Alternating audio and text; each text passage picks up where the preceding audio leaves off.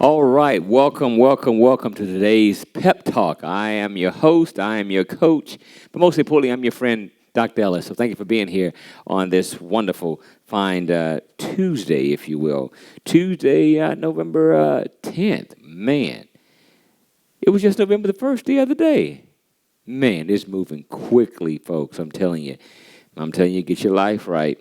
Get some things in perspective. I mean, time is moving. I mean, before you know it, you wake up, go to bed, wake up. I mean, days are going by. So I suggest you get working on your plan at the end of the day. Get working on your plan. Remember, your routine determines your route, your path on how you get there, all right? So it's seed time. Weather's changing, leaves changing, nature's changing, speaking loudly and say, hey, it's seed time, everybody. It's time is already fallen back. It's fall, so it's time for change. It's seed time. So I decided to give you some seeds of wisdom for the next several weeks over as we get toward the Thanksgiving holidays, if you will. So I think I'm on number 16 as the seeds of wisdom. I try to give you at least 5 or 6 every day. Thank you for joining in. Make sure you subscribe to our YouTube channel, and also make sure you're sharing this on Facebook Live, Facebook parties, whatever the case may be. Thank you for tuning in for sure. So let's get started, if you will, for Pep Talk. And again, I always say every day for those who are viewing for the very first time, Pep Talk stands for Pastor Ellis Powell, teacher, author, life coach. All right? So let's get to some more seeds of wisdom, if you will. I think I left on number 16. I'm trying to give you at least 100 if I can get through all this for the holidays. If not, we'll pick it up on 2021. So seeds of wisdom. All right, number 16 seed I have for you today. If what you hold in your hand is not enough to be your harvest, make it your seed. I left out on that on last Thursday because it's seed time. Make sure you sow your seed for your life. Your seed goes into your future. Your seed has all the promises. Your seed has all the potential. Your seed. Make sure if what you have is not enough for your harvest, then make it your seed. It's not enough to pay your bills, not enough to take care of what you need. Then sow the seed, and the seed will take care of the need. All right? That's where I left off at. All right. Let's get started on Seeds of Wisdom number 17. You will never change what you believe until your belief system cannot produce something you want. You'll never change what you believe until your belief system cannot produce something you want. Does that make sense? You'll never change what you believe until what you believe can't do what you want, can't produce what you want. That's pretty much what it is. You won't change what you believe until what you believe cannot produce something you want. Then you'll start to consider other alternatives. Other than then, you'll hold firm. You will not change what you believe until what you believe cannot produce something you want. All right? So that's where you're at. That's the bottom line. And that's what most people change. Because what they've been doing, what they've been believing, that system is not producing what they want. That's when people change. So you'll never change. Not on your own. Because the reason you won't change, most people won't change because they still hold on to their belief. They still believe that whatever I'm doing will continue to work until they realize that their belief system is not producing what they want. Then they'll change. All right? And that works for all of us. All right? So that's where we're at. That's Seeds of Wisdom number 17. You'll never change what you believe until your belief system cannot produce something you want. All right. Number 18, Seeds of Wisdom. You will only be pursued for the problems you solve. And we talked about that. That's where your prosperity is. That's where your destiny is. That's where your increase is. That's even where your gift is if you're willing to discover it.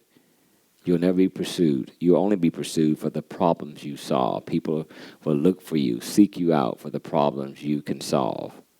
All throughout the good book, that when they had an issue, they went and sought out the man of God because why? He can solve that problem. All right? So that's where we're at. Let's feel a sneeze coming. Oh, excuse me.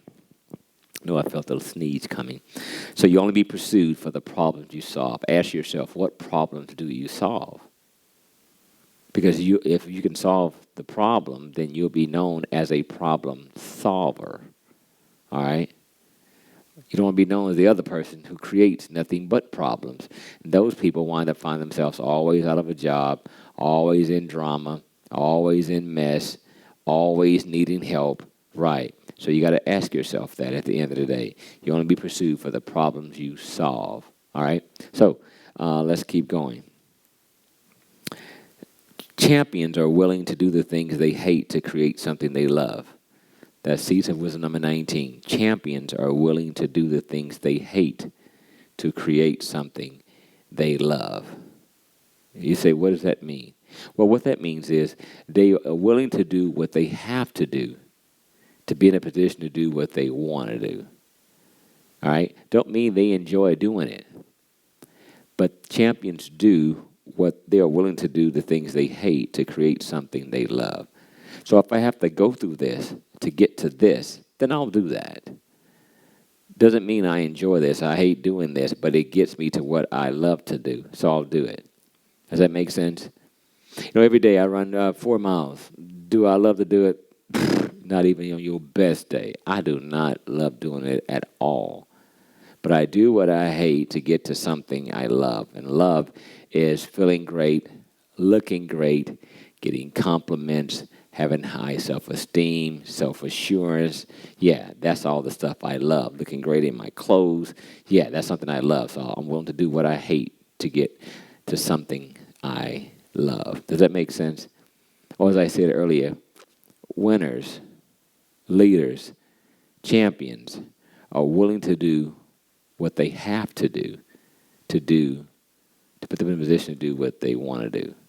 Most people do, well, that's what I want to do. I want to do this. So they try to do what they want to do, and yet that's temporal for that time period, and then they're stuck with doing what they have to do for the rest of their life. That's why it's very important that you find your gift, that you discover it. Because if you do that, then you'll be able to really do what you want to do for the rest of your life. But what you have to do is seek it. What you have to do is to find it. You have to find your purpose. You have to find your gift. You have to do that. Now, most folks say, well, I'm going to do what I want to do, and I'll do it later. No. Then you'll find yourself really working for the rest of your entire life. When if you find and discover your purpose and you discover your gift, then you've already retired at whatever it is, because that which God has already given you is already blessed to do the job, to be the problem solver. Your gift will make room for you. So you need to find that. See, you can lose a good job. You can't lose a gift. You can't lose that. It's yours. Then you can put that gift to work. Put that gift to work. And that gift will now protect you and even provide for you. All right? So you must nurture it, cultivate it, protect it, and invest in it. All right? So champions are willing to do what they hate to create something they love. All right, Seeds of Wisdom number 20. I know I'm kind of rolling today. I guess I'm kind of feeling kind of good, kind of rolling today. Seeds of Wisdom number 20. That was number 19. Champions are willing to do things they hate to create something they love. Seeds of Wisdom number 18 was you will only be pursued for the problems you solve. People will seek you out, whether it be singing, rather it be building something, whether it be painting, rather it be help training people. You know, I'm trying to do the same thing with PepTalk. You know what I'm saying? Offer that which I know to solve problems for people that they would seek me out. It's the same thing. All right? That's why Jesus had so many followers during his time on the earth. He was solving problems. People who had leprosy, or people who, again, was blind or deaf, or whatever the case may be. He was solving problems, so people were pursuing him for the problem that he solved. Again, what problems do you solve? You solve problems. We all do. We are a problem solver, and that's what produces our increase. That what produces our wealth. That what produces even our joy, because we take great joy in solving problems for other people. Make sense? Okay. All right. Seeds of Wisdom number 20. I'm on 20. Maybe I can get through about 3 or 4 more today. Yeah? All right. You will never possess what you are unwilling to pursue. Oh, so true. You will never possess what you or unwilling to pursue. You never possess it. Now, let me just change it to basic grammar. You will never catch what you're not willing to go after. Same thing. You will never catch what you're not willing to go after. What do you want? What do you want? I want this out of life. I want this out of life. I want this out of life. Well, go after it. Whatever it may be. If it's a degree, I was talking to someone this morning, go after it. If it's a business, go after it. Get your DBA. Get your license. Get connections. Whatever it is. If it's a house, go after it. Go after it. Somebody will approve you. Get yourself in position now, but go after it. Get your credit together. Go after it. If it's a mate, spouse, go after it. You say, how do I go after it? Easy. First and foremost, you start to mentalize it. You mentalize it. See yourself with this person. See yourself walking on the beach. See yourself in the mall. See yourself in the grocery store. See yourself on a nice walk holding hands. See yourself laughing at dinner. Get the feel of it. So you must mentalize it first. All right? Then once you're able to get the mental at the end of the day, then start to speak that thing. Speak it over and over and over. Then once you're able to mentalize it, and then you verbalize it. All right? That's what I'm saying about speaking. You mentalize it and you verbalize it. All right? And then you emotionalize it. Now feel it. Now that you see it and you hear it, now feel it. Feel this thing. And then after that, then that itself will materialize. But you got to go after it. Faith without works is dead. You got to go after it. I believe God's going to give it to me. No, He's not going to give it to you after you go after it. All right? You must go after it. You must see it. You must see it. He told Abraham, as far as you can see, I've already given it to you. As far as you can see, but you got to see it first. You got to see it first. But if you see it, it's yours. See, you can possess it because you're going after it. You're meditating on it. You're mentalizing it. You're verbalizing it. You're emotionalizing it. Right. So, you can have that. So, you'll never possess what you're unwilling to pursue. You got to go after it. Whatever you want in life, you got to go after it. Go after it. You got to pursue it. No more than seeds. You want an apple tree, you got to plant some apple seeds. You want to reap excellence, sow excellence. That means you can't do any more mediocre work. Because if you're doing mediocre work, guess what? If you're sowing mediocre, guess what you're going to reap? More mediocre. Now, you're going to get that back to you. Since you're doing that, since you're sowing it to others, cutting corners, not doing the best job, then trust me, when you get the work, it'll be cutting corners, not doing the best job. You're reaping the same thing. So you must change that. You must change that, all right? So you will never possess what you're unwilling to pursue, all right? Let's move on.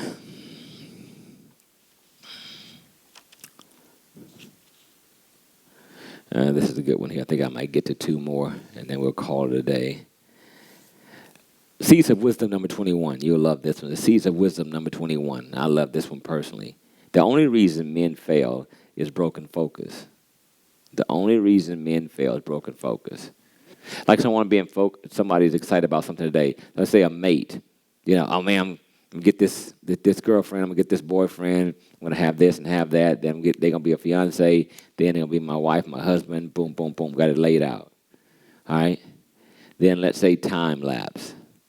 Maybe they're getting tired. But see, it's not exactly getting tired. It's that their vision is now diminishing. It's diminishing. You see what I'm saying? So they don't see it as clear. And that's where clarity and focus comes in. The only reason men fail is broken focus. You lost your focus. So as long as the carrot is up front at the end of the day, the horse will continue to run and chase after it. You remove the carrot, it's no longer focused, and it no longer will give you everything it got. You must keep the carrot in front of it. Keep the goal in front of it. That's where the meditation comes from. That's where the mentalization comes from. That's where the verbalization with the affirmations come from. The emotionalism, that's where it comes from. All right. Keep your focus. Remember, I always talk about again how the photographer takes that one picture and get the best lens he could find. I've come to realize even with cameras, the most expensive camera is not the biggest thing. It's the lenses that comes on that camera. Oh my God.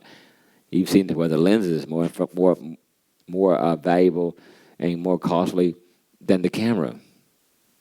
Because it's the lenses that brings it in. It gets the clear depth. It gets the concise. It gets all that. It's the lens.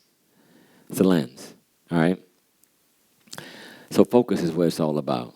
The only reason men fail is because of broken focus. Keep it focused. Keep the goal. You heard the old saying, keep your eye on the prize. That's no joke.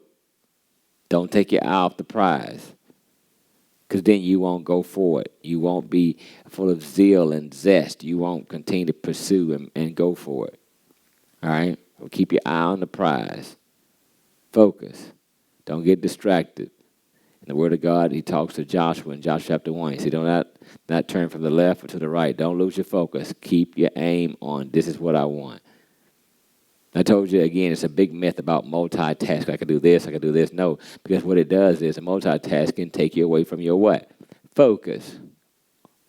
Focus on one thing and one thing alone. Once you get that out the way, boom, move on to the next thing. Be like God. He focused on this one day, focus on this the second day, this the third day, this the fourth day, this the fifth day, and the sixth day. So that's what you got to do. Men only fail because of broken focus. Focus. And as you continue to focus, you'll kick in the law of attraction. Somehow either you're drawing it to you or you're being drawn by it. Either way, the two will merge and become one. All right, focus. Focus on what you want to see done. And then see yourself getting it done. See yourself getting it done. All right? Seeds of wisdom number 22. Another seed for you. 22 seeds now I'm giving you. Stop looking at where you have been and start looking at where you can be. So true. So true. Stop looking at where you have been and start looking at where you can be. So true. I want to give you a little simple scripture. I want to say this in Genesis with Abram. All right? I want to give you this real quick. I want to say it's in Genesis. Yep. And it looks like...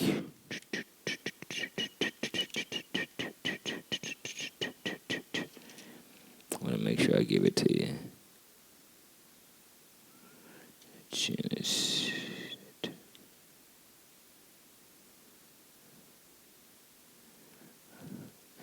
Genesis 13. Genesis 13. 14. Genesis 13, verse 14. And the Lord said to Abram, after Lot had separated from him, lift your eyes now, lift them up now, and look from the place where you are, northward, southward, eastward, westward. For all the land which you see, I give to you and your descendants forever. Don't focus on where you're at. Focus on where you want to be. That's what he's telling them. Focus on where you want to be. And I'll give you that. Wow. Stop looking at where you've been and start looking at where you can be. Right now. Oh, all I got is this. All I got is that. Right. See, you focus on where you're at. Focus on where you want to be. I see myself having this. I see myself having that. And focus on it. See, you must focus on it. You must see it. You got to see it to see it. You got to remember now. You got to mentalize it before you can materialize it. Stop looking at where you've been and start looking at where you want to be. All right? The way I like to say it is that when you start becoming that, then those things becoming. You got to be it first. Most people say, well, when I get this, then I'll be it. No, you be it, and those things you desire will show. You'll attract those things. You understand? That's law. So focus on that. I'm not moved by what I see now. I'm moved by what I see in the future. The Bible says Christ looked over into glory. I mean, if I could give you that scripture too, then I think that probably will do it. I think that'll do it. Let's look over into Hebrews. And that should do it for today.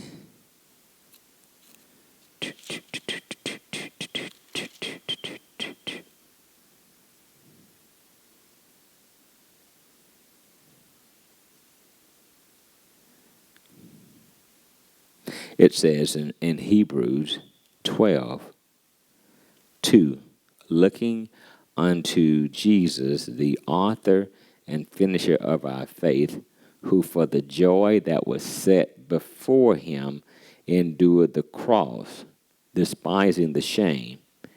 All right, it doesn't sound like a lot. Looking to Jesus, who's the author and finisher of our faith. Why? Because he defeated everything. So he's the author. In other words, he penciled the entire book on how our lives and how we can succeed in life by living by the word. And the word is law. Okay, you can't change the law. You can only live by it and use it to your advantage. All right. So look unto Jesus, who is the author and finisher of our faith, who for the joy that was set before him. So he's not focusing again on where he's been. He's focusing on where he want to be. And that's what the lesson says. Stop looking at where you've been and looking at where you can be. All right? And it says again, he was able, watch this, it says, who for the joy that was set before him endured the cross, despising the shame, and has sat down at the right hand of the throne of God. He sat down at the right hand of God. So he was able to go through what he hated to get to what he loved. Wow. Same thing. So he looked forward to the joy that was set before him. He looked over the things that were before him that allowed him to continue to pursue. Remember now, you never possess what you're not willing to pursue. He pursued it, and now he's sitting at the right hand of the throne. You got it? So it's the same thing. Look on your life on what you want it to be, not where it's at. Get caught up in it. Bask in it. Wow, that would be nice. That looks good. Wow, I can see myself having this. I can see myself driving this. I can see myself being this. Yeah, and stay on that and keep looking over that and let that thing transform you. Let it transform and let it be a transfer. Remember now, he told Abraham, as far as you can see, I've given it to you. He's talking about a transfer. But before there can be a transfer, there must be a transaction. And a transaction simply means change. There must be some change. And it changes your belief system. I believe I can be that. I believe I can have that. And I'll continue to speak that. And I know that faith comes by hearing and hearing by. So I need my affirmations. I need the verbalizations. I need the mentalizations. I need the emotional. I need that to tie that into that. Because that's how I know it's real. You understand what I'm saying? You can sit back and see yourself and you can take up on that thing. All right? Or even have a dream, and a dream be so what? Real. You can feel your heart. You can feel the laughter and the joy. You can feel it. Well, you can make that thing real. You can make it real. You can make it transfer itself into the earthly realm. Our Father, which art in heaven, hallowed be thy name. Thy kingdom come. Thy will be done on earth as it is in heaven. It already is. It already is. Everything you can exist, believe for, it already exists. All right? So that's just where we're at. So focus again. Look at where don't stop looking at where you've been and look at where you can be. All right? Focus on that. Don't think about anything you don't want. Only think about what you do want. Again, don't think about what you don't want. I don't want this. I don't want this. Don't think about that, because technically then that's all you are what? Thinking about. And we become what we think about most of the time. We become what we think about most of the time. Well, according to the clock here, I'm going to go ahead and put a pin in it. I'm going to put my notes here that we've stopped here on today at Wisdom Seed number 22. All right. Again, invite people, tell people that, hey, Dr. Ellis, Coach Ellis is trying to help people and change the world by blessing them, again, with seeds of wisdom. It is my desire, my joy and expectation that the world be changed by making the world better. And the only way you can make the world better is by making what? The people better. All right. And I like to believe that I'm making people's lives better. Hey, if you want to go ahead and send a message, please do so. That let me know if any of this is working for you and blessing and changing your life and your belief system. If so, then that will change your routines, and your routine will change and determine your route. All right. Well, hey, I hope you enjoyed today. Hope you have a wonderful and blessed Tuesday. Today, I'm Dr. Ellis, and I look forward to seeing you on Thursday, same time, same place, where we have Lunch and Learn, where we feed, again, the stomach, but also feed the mind. All right. God bless. Have a good day. Bye now.